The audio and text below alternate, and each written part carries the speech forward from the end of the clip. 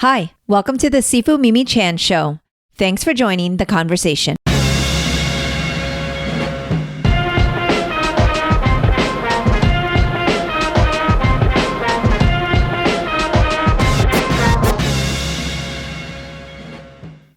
Dr. Jeannie Celestial is a licensed clinical psychologist and founder of a psychotherapy and consulting practice in the San Francisco Bay Area.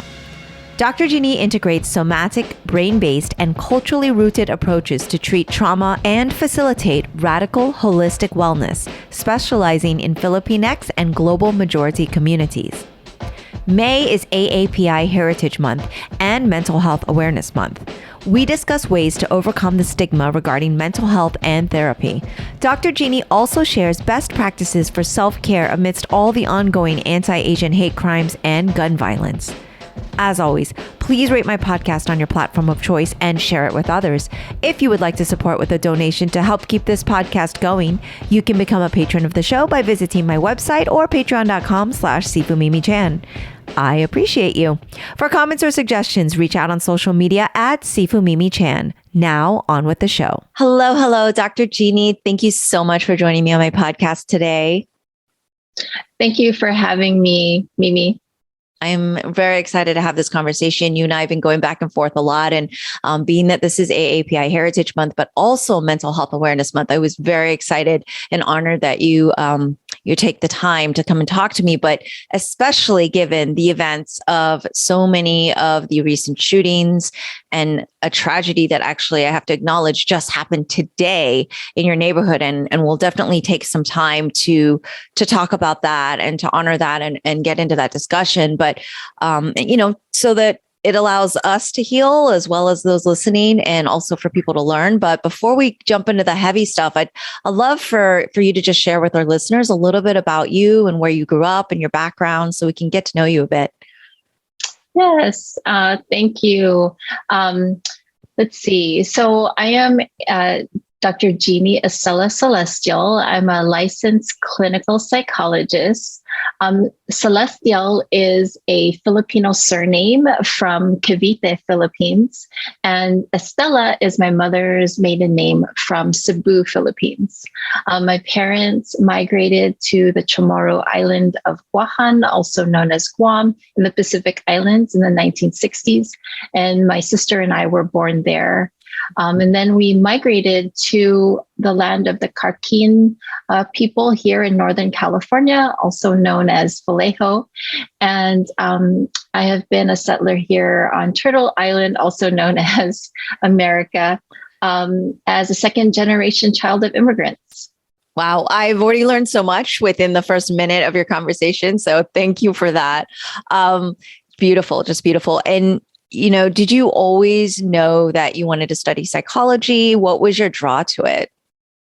Yeah, thanks for asking that question. I think that having grown up in an extended family, a very collectivistic culture from an early age, and specifically in the Pacific Islands, I was always fascinated with human behavior and interpersonal relationships. Like we kind of lived in a village kind of setting, so to speak, like where our house was here.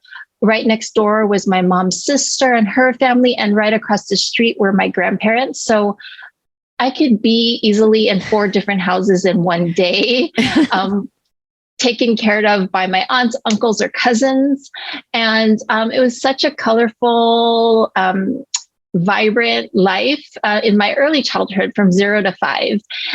And for better or for worse, my family, since we live very intergenerationally, I picked up on a lot of goings on, whether they were like deaths in the family, marital breakups, things like that. And so I was always very curious and always paid attention. I think I have a propensity towards empathy and compassion and listening to people's life stories. Mm-hmm. So that kind of followed me into particularly adolescence, growing up with other second gen kids and kind of parenting ourselves at school because our parents, being immigrants, didn't know how to navigate the American system of schooling.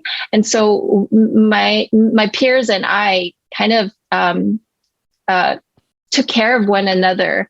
And I was drawn to listen to people's like trauma and drama of adolescence. And that's where my passion for psychology started. Yeah. Yeah. You were the friend everybody came to with all the problems, basically. Yeah. It has its pros and cons, but in the end, I made it a career for myself. Yeah. Can you tell me a little bit about your memories of Guam? Because I've never been there, and the few people I know were Filipino. And so like it seems like a very, very, common jump from the Philippines over to Guam and having that experience. I'd love to hear a little bit more about it. Yeah. Let's see. It's a very complex history. Unfortunately, there is, like many of our backgrounds, some colonialism and imperialism involved in the history of the island. But what I remember about it was being so close to nature, particularly the ocean. Like, you're at sea level. So if you've ever been to Guam, anyone who's been to Guam remembers how big the cumulus clouds were, so moist and so rich. And spending time at the beach and cooking with family and raising our own food, raising our own vegetables, having animals in our backyard. And so that's what I really miss about that lifestyle. Having moved to kind of city life in Northern California, I felt a lot more isolated and more secluded as like the traditional nuclear family. And it took a while to adjust to that, actually, being in a suburb and not having my relatives so close by. Yeah. Yeah. It must have been kind of a jarring thing, being able to jump from house to house, have breakfast over here and then lunch over there. And I mean, Asian Americans were very centered around food. So I was just assuming that there was a lot of that going on from house to house. So. Oh yeah. I'm one of the authors of the Filipino Instant Pot Cookbook. And we tried to capture some of those childhood dishes and adapt them for the pressure cooker. And nice. From those memories, early childhood memories of the dishes, is where we drew a lot of our inspiration for the book. Oh my gosh, I can't wait to hear more about that and see it. I'm all about food. It's one of my favorite topics of conversation. But moving to California, what was your, kind of your formative years growing up there like for you? Did you feel like a minority coming from somewhere where, like you said, you felt like you were in a village, or was there, a lot of diversity? My city that I grew up in, Vallejo, California, it is known to be one of the most diverse cities in the U.S. I really loved my high school classmates. We pretty much all got along, and it was amongst like the African Americans, the white Americans, and the Filipinos, Latinos, etc. And we still keep in touch. And so our high school reunion is coming up, and I'm very excited to see my friends from my teen years. Nice. I admittedly have never been to any of my high school reunions. However, I have someone in my home who I'm married that I've known since high school. So we just consider like a reunion on a daily basis. Oh, that's sweet. That's sweet. Yeah. Yeah. So, for me personally, I'm a really, really big advocate for mental health amongst especially the AAPI community, because I've seen kind of firsthand the problems that arise for a lot of people when they don't have that support, or they don't have the means to even start that conversation. And for me personally, I've shared my story a lot publicly so that other people could learn. But really, for me, it's been such an important part of my healing and an important part of my life. And so, I my parents have come a long way, but they're from another generation. And so it wasn't really something they really understood. Like going into the field of psychology, how did your family dynamic view that? Or is there a stronger support system in your, immediate circle for, advocating for mental health and understanding what those things are? Yeah. So speaking as a Filipino American, my background,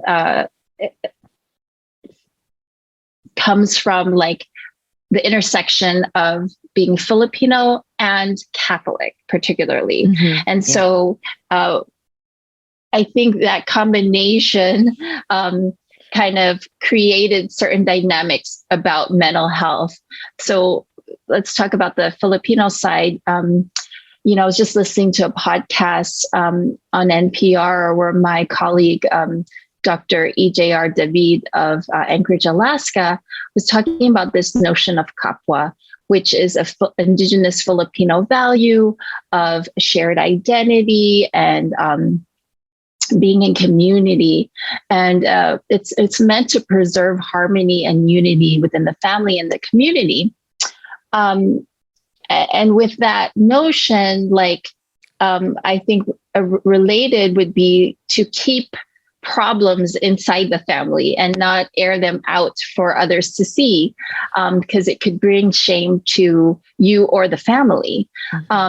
So I think that when there was like mental health issues or even illnesses, right? Yeah. Whether cancer or other things, some people, Asian cultures tend to like not talk about it. Mm-hmm. And then juxtapose that with like Catholicism and kind of this feeling around guilt and shame and praying about it. If you pray about a problem, God will take the problem away. And so, as a young person, I pretty much was told or learned that it wasn't okay to talk about one's feelings, especially if they're difficult feelings. Yeah. And often, if people would say, I'm feeling sad or anxious, one would get the response like, just pray about it. And God will take it away. Or I have a friend whose son was shot and killed, and people even told her like it was her fault, or something she did to kind of be treated like that by God or something like that, So, there wasn't much support around talking about mental health. Yeah. So what was that, what was that journey like for you then to say, you know what, this is what I'm going to study. Here is why, because you obviously had to educate family around you. And also I understand the dynamic of the fact that it's so strange because we're so close. And then at the same time, there's certain things that you just never feel comfortable sharing with your elders and things like that. So it's just weird, like fine line between sharing everything and yet, having this piece of you that, maybe you knew you wouldn't have a lot of support for. Was that really challenging then to say, this is what I'm going to study and do, and here's why? Yeah, good question. I think first it started with my own healing journey. When I went off to college, I felt like I had some freedom to explore the world and to do things that my parents didn't have to know about, like go to therapy. And then having kind of really been dismissed, like by the first therapist that I tried to see, who was an Asian woman. And, I was going through the normal angst of being a college student, Asian American college student. And she pretty much said, in a nutshell, and I write about this in our forthcoming book, she said, "Oh, honey, you don't need therapy. You're a smart girl." Wow. I was shocked. I felt I was very angry receiving that from an Asian woman therapist, because I felt like she invalidated everything I had just said in the intake. And And I'm like, well, smart people can struggle too, and we deserve care. And so I knew that she didn't see me, and I was like, this is not a good fit. Yeah. And so I found a different therapist. So, and then becoming a therapist myself, I remember telling my mom that I was going to pursue this path and a career path. And she was concerned for me.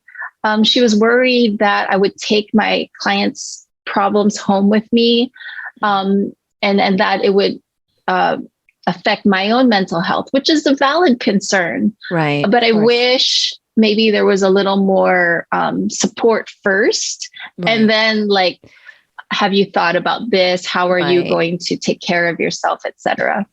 Right. Of course. And, just to kind of switch gears a little bit and, understanding that, you clearly are very well established in your field now, and writing books and have so much under your belt in terms of experience and the work that you do. I'm sure now that they understand and hopefully champion the work you're doing. And I think it's absolutely phenomenal. But especially right now, I feel like it is so important for people to feel that comfort of being able to reach out. And as an educator in martial arts, I often have the opportunity to advocate for mental health and help some of my students find that path. And I always have that fear of what you just shared, which is, I tell them, you have to find your match. Like, it doesn't mean the first person you call and you meet, it's going to be like, oh, perfect. Mm-hmm. This is the person I want to share everything with. I'm like, it's just like a relationship, and you have to find the right one. And I'm concerned that they'd get discouraged from something like that, right? An experience like what you just shared, and that they would be shied away, because it takes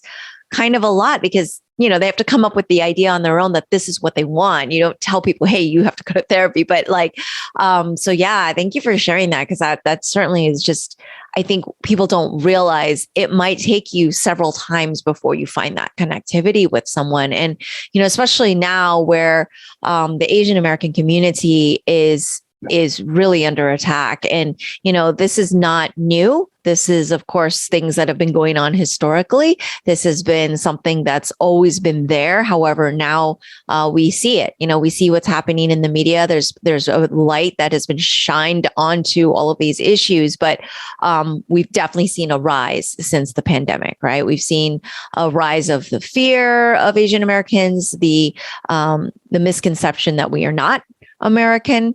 And, I'm again, so sorry about the tragedy that happened today. I mean, if you would like to kind of share with our listeners, if you feel comfortable, these things just keep happening, and gun violence keeps happening. But I know today, there was an unfortunate situation in just your neighborhood.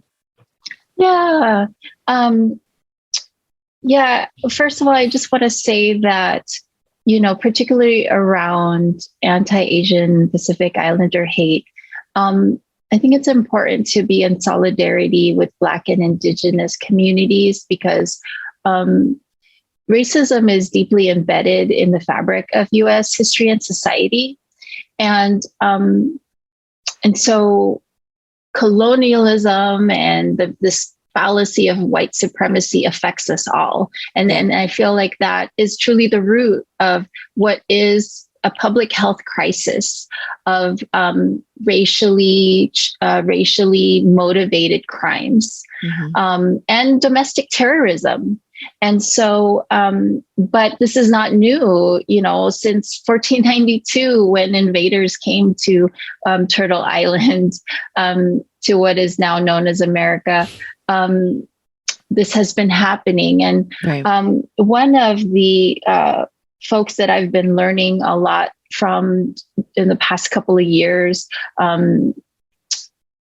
best-selling author and Black trauma therapist Resmaa Menakem, talks about how trauma and violence is very rooted in how our country came to being, and it came from Europe, even in the Middle Ages, and so.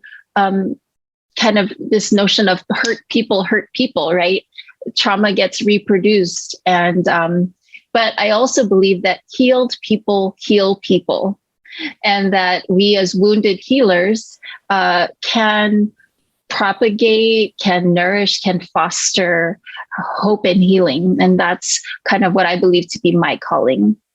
Yeah, beautifully said. And, I'm really glad you brought the intersectionality of hate crimes against all BIPOC community members, because it seems like, and this could just be my jaded view of a lot of mass media, but that they're always trying to pitch minorities against one another, right? That it's either you support this or you support this. And, this certainly isn't true, right? Like we know from our shared history that solidarity with one another is where our strength lies. And also, as humans, it's the empathy that we should have for one another is really what makes us human, and the stronger species have you, right? Like this is what makes us who we are. And so I'm really glad that you kind of brought that up, that it is so important that we advocate for other communities, and in addition to our own. What have you found, especially because in the beginning it was a large attack on senior citizens in the community, and that was just frightful for so many people. And then lately we've seen a lot of attacks on women. And I know from my general outreach with community that fear doesn't go away. I just had a conversation, on my latest podcast with a woman who her mother is scared to go visit where she grew up in New York because she saw so many hate crimes happening there, and it's inhibiting her from actually going to a vacation, right? It's just this fear. What do you find helps people kind of dealing with those fears, and what's been healing for them? Because I know that you have had to counsel people, but also the community, and that you're there for them, especially with like we mentioned today. There was a shooting in your neighborhood, and you're going to be there for your community. What have you found to be really healing, and what do you think are the best ways for us to practice that self-care? Yeah. I mean, even as you were talking, I was trying to take care of myself. And I do want to say for the audience, as we're talking about these difficult and traumatizing topics, take care of your bodies, take care of your nervous system, take care of your spirit. So as you were talking, and I'm like, whew, it's a lot of information, I started tapping my legs. Like you couldn't see it, but below the screen, I was tapping my legs. I was kind of swaying my chair. These are practices I've learned through the Resmaa Menakem's book, My Grandmother's Hands, and through other somatic teachers that I follow. But taking care and tuning into what our body needs in the moment, because Vietnamese Australian therapist and teacher Linda Tai teaches, we can reset our nervous system 20, 40 times a day.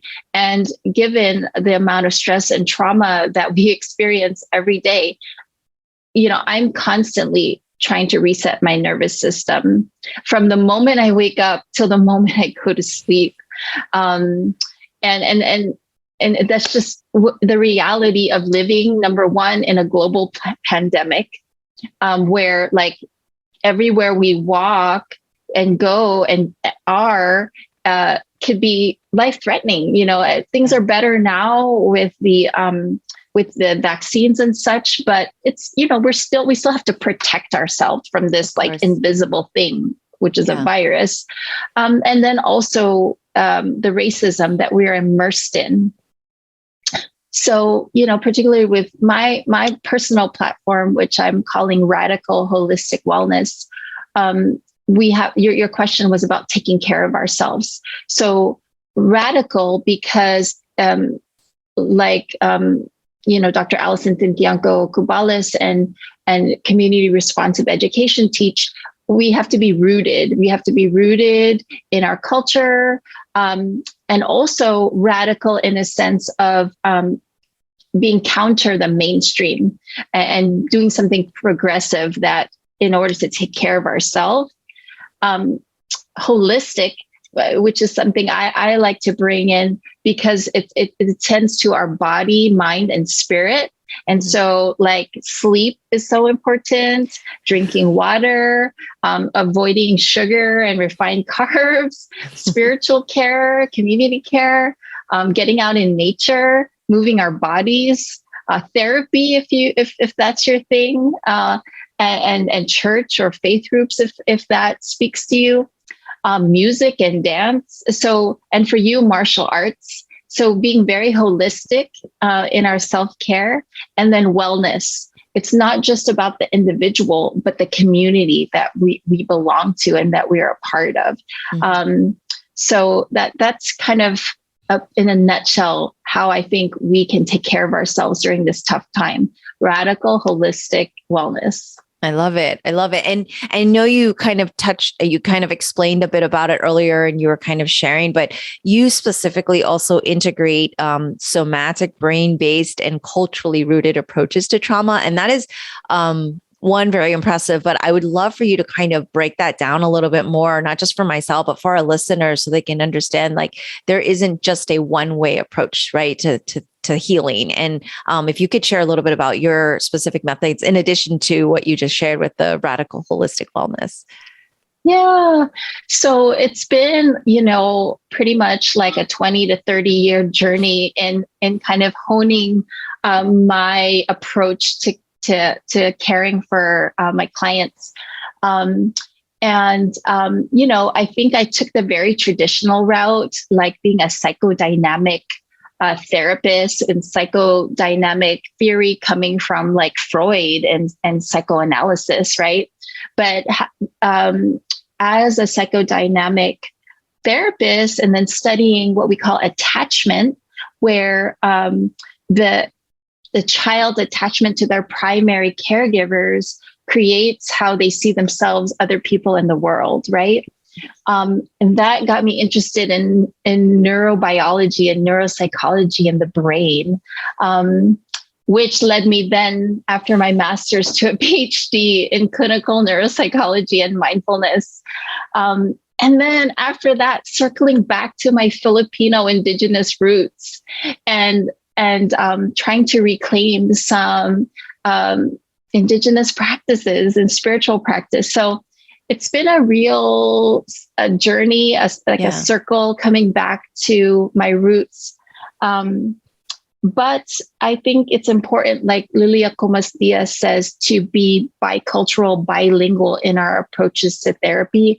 And I would say intersectional and multicultural, to draw from the tools from Western psychology and indigenous psychology, and meet the people we serve where they're at.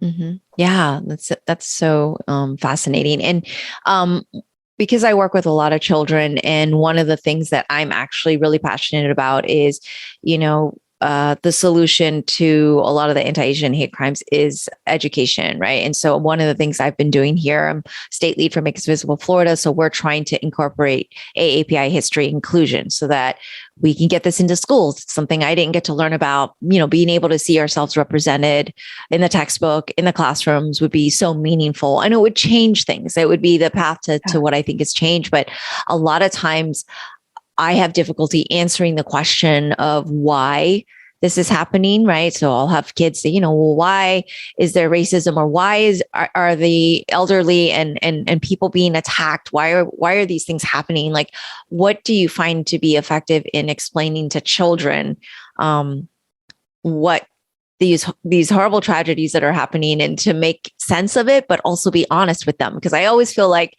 lying and sugarcoating and not giving them the true narrative does not do them justice. But I tend to then go on the real opposite end of that and maybe give too much truth. But how do you feel would be good way to kind of explain these things to our kids? Yeah, well, I really thank you for what you're doing at a systemic level to bring different narratives to the general public, right? And I think that's really a work that's been happening since the 60s and 70s, since the rise of ethnic studies and then critical race theory, etc. And I have some colleagues in San Francisco. I think they're in their 20-year anniversary, called Pinoy Pinay Educational Project, PEP. And they've been really at the forefront of bringing this critical education to kids, starting from 5 years old, learning about colonization and imperialism and justice and injustice. So, I'm not by training an educator, but I do very much appreciate the work that they do, and especially folks like you do, to change the system. And so, ethnic studies really is American studies, and it's for every kid in America, not just minoritized communities. So I hope and pray, and like in some states like California, it is now a part of the curriculum, or should be. But at a personal level, how do we talk to kids and our own kids? I think it depends, right? It depends on their developmental level, their personality, their temperament. Like my daughter, who's 5 years old, she's pretty sensitive. She's also quite observant, and she picks up on things. Takes after her mom then. Yeah. I don't think she knows about the recent shootings. Okay. We don't watch the news like that. So unless she hears about it and asks me about it, I'm not going to tell her about that, just because it's a little too scary for a 5-year-old. Yeah. But if she were to hear about it and then ask about it, and then I would try to, like you said, not sugarcoat it, but put it in a way that she could understand. We do try to integrate books that talk about topics of race. And my colleague Bedford Palmer has a book called Daddy, Why Am I Brown? And it talks about different races and ethnicities and different skin tones, and introducing these concepts to kids at a young age at their developmental level is very important. Yeah, for sure. I'm writing down all these book recommendations, which is going to be so great because I'll have things to look up and study after this. And I'd love for you now to actually share, because you touched on it earlier, that you are releasing a book, and it's just very timely. Unfortunately, because there's so much trauma and things happening on a daily basis. Every day we unfortunately do have to take in some bit of news. I wish I had your protective eye, like your 5-year-old, where you're like, I don't need to hear this. I don't want to hear it anymore. But you definitely are, you're releasing a book that's very timely. Can you kind of share a little bit about that? Yeah, I do want to say it's a collective book. My co-editors, co-authors, Dr. Jan Estrellado and Lou Felipe, and I have helped write and edit a book, and we have over 20 contributing authors from around the U.S., many of whom are professors and practitioners and graduate students. So it's really exciting. And about a topic that is very timely. It is called Clinical Interventions for Internalized Oppression. Kind of a mouthful. So clinical interventions being concepts and practical tools to use in therapy and healing of internalized oppression. How racism and other forms of oppression manifest in ourselves and in our clients. And so there are a dozen chapters on like racism, sexism, homophobia, transphobia, classism, ableism, and all the isms. And we have these such wonderful experts who have written and done a lot of heart's work to bring this to the world. It's coming out through Cognella Academic Publishing and the American Psychological Association Division 45 co-sponsored it. It's coming out June 6th. Well, that's very exciting. Congratulations on that. It definitely does sound like quite a handful, and I think it's definitely going to be super helpful for practitioners and everyone alike. So you also, we were talking about self-care earlier and a lot of the things you can do. One of the things that you're also doing is providing self-care for people. I know you have an upcoming retreat that's virtual. I'd love for you to share a little bit about that and what that's going to entail. Yeah, it's been a couple years in the making. I did a decolonization virtual workshop in the height of the pandemic through an arts nonprofit called Bolai Creative in San Francisco, and it was like 6 weeks of a decolonization journey, meaning exploring how oppression affects us and using the arts to process that. 2 years later, after continued trauma in our country, I feel called to offer this virtual retreat.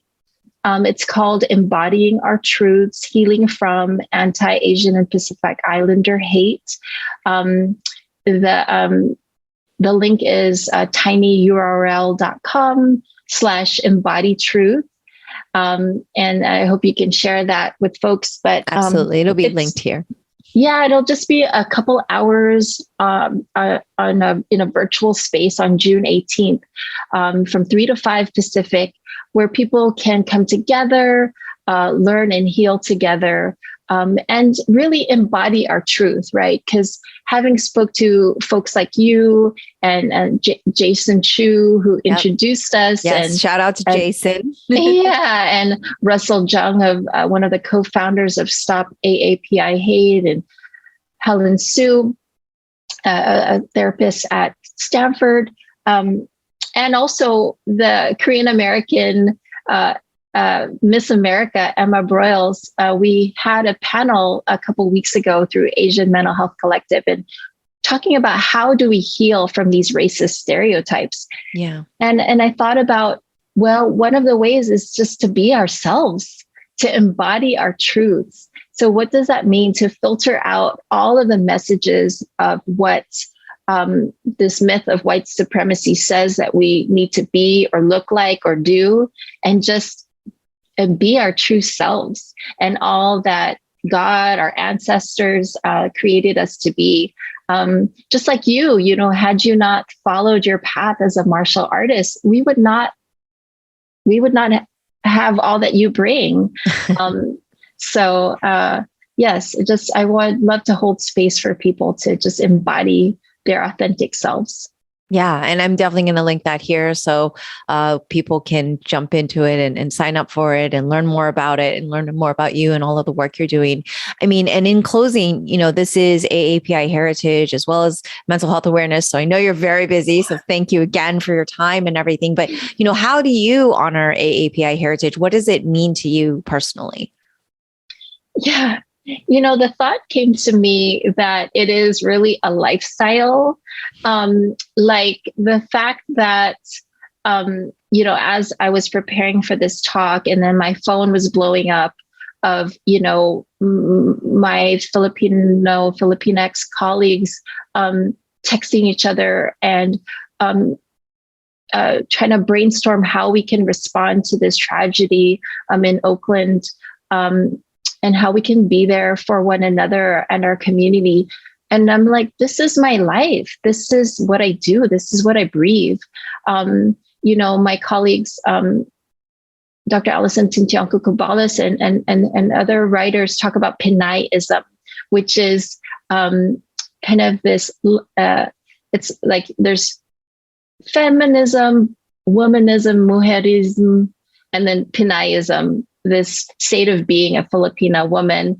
And it is really a lifestyle of living out our culture, embodying our culture, having this critical consciousness about the world, and then identifying our values and putting it into practice or praxis, how we apply theory into our daily life. And so really AAPI Heritage Month, AANHPI Heritage Month is like every day of my life, all day long, all year long.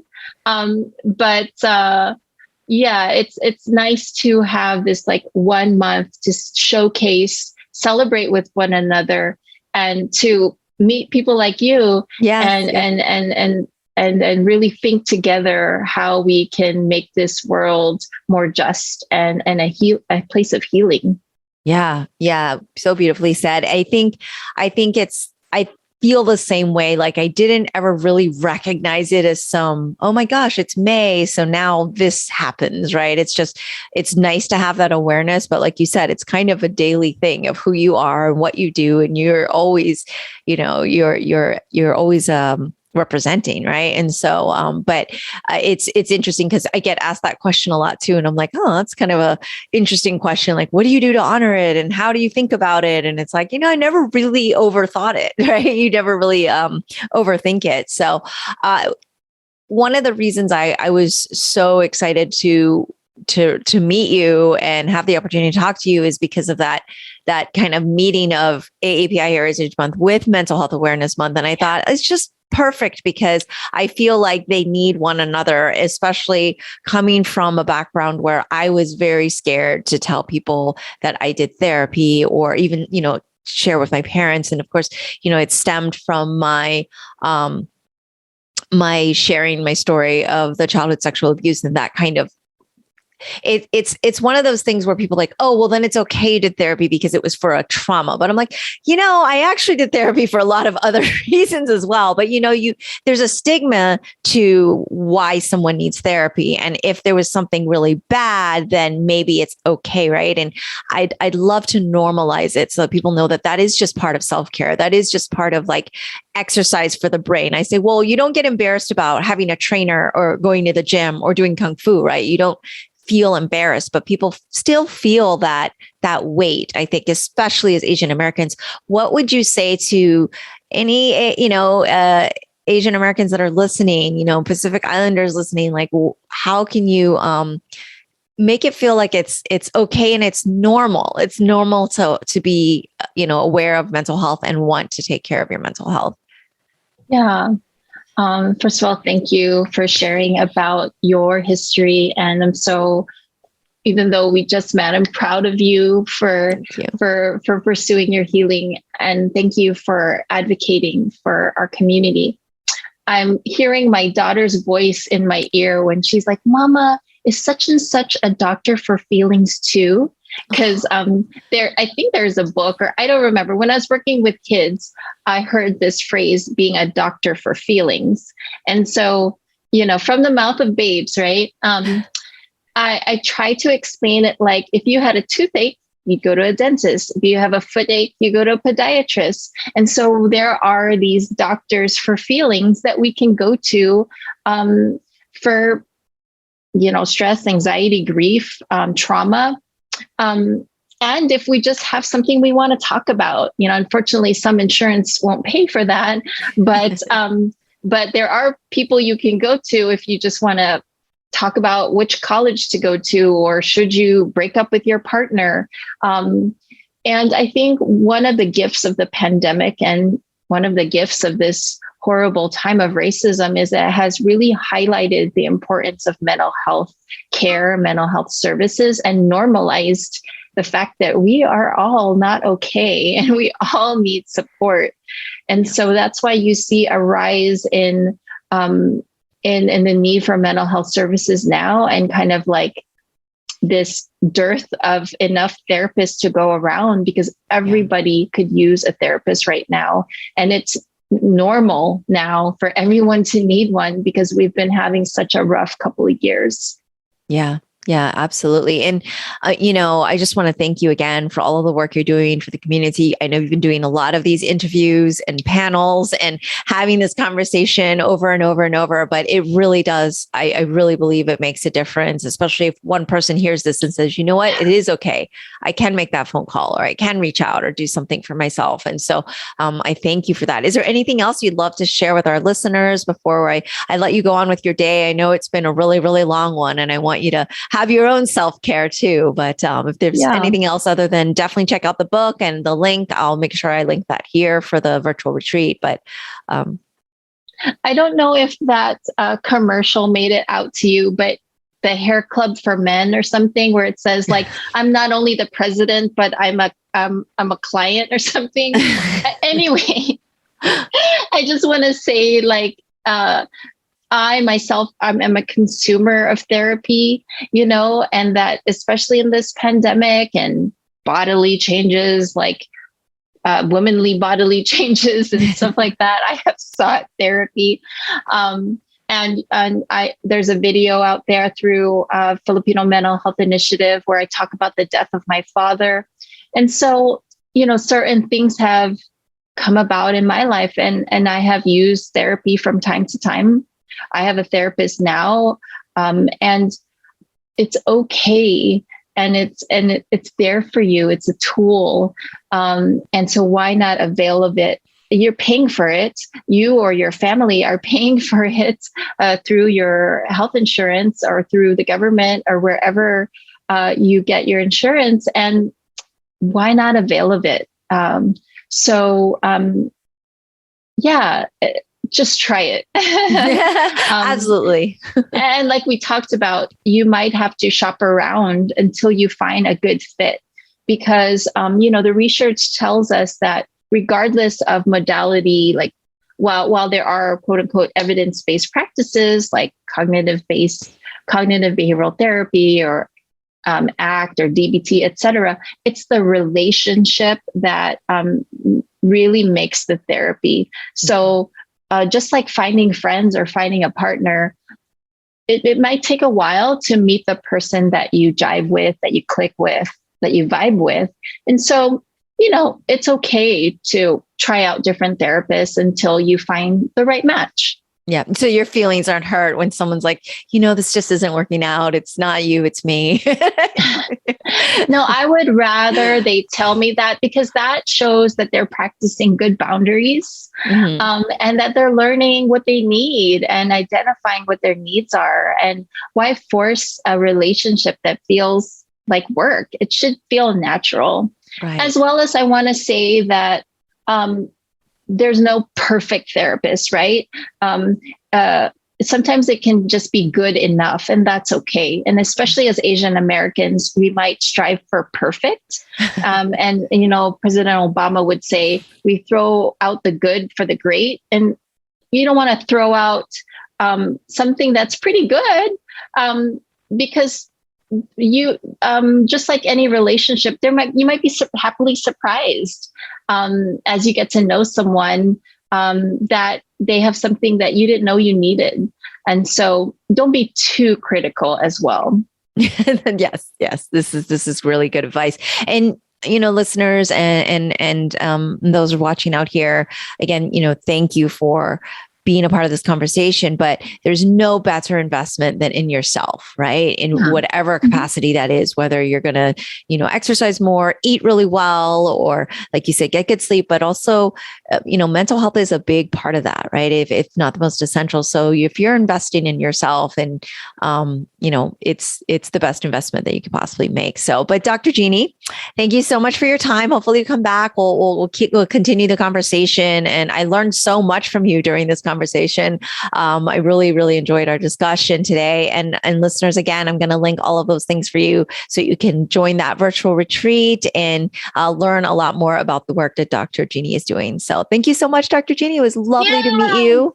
You're welcome. I do want to say that there are scholarships available for the retreat. So folks can apply on the link, as well as there is like one CEU available. Like if you need it for your job, perhaps your job will reimburse you for the retreat.